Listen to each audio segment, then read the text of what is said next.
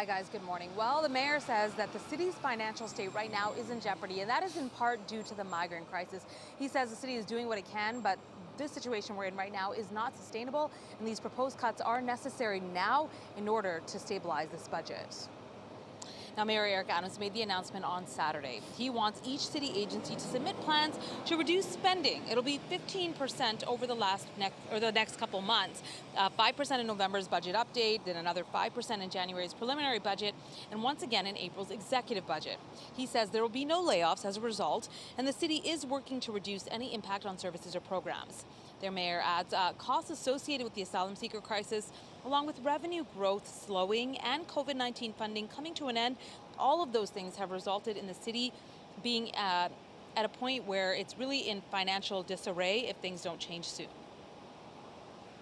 The simple truth is that longtime New Yorkers and asylum seekers will feel these potential cuts, and they will hurt. New Yorkers are angry and frustrated, and they're right to be. I am too. I want to be clear. These tough decisions are a direct result of inactions in Washington and in Albany. Now, yesterday on Picks on Politics, the mayor spoke about the migrant crisis, saying that the city has bared most of the associated costs, which could cost taxpayers $12 billion over the next 3 fiscal years. Everything is on the table now. Think about this for a moment. Yeah. We're talking $12 billion. Yeah. $12 billion of running our city, sanitation, police, education, libraries, everything that we have to run the city. There's a minimum amount of money that comes in that we have to address this crisis. That's a national crisis, and we've been ignored.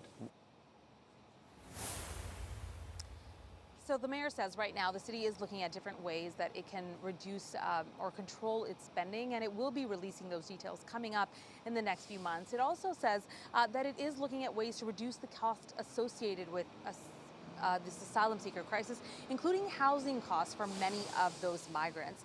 Meantime, the mayor says once again he's really doubling down, as he has been for more than a year, saying that it's really up to the federal and state governments right now to step in and do more to help with this crisis. And he says if that were to happen, it is possible that these proposed cuts would not be necessary. That is the latest outside City Hall. Kieran Dillon, Pix 11 News. All right, Kieran.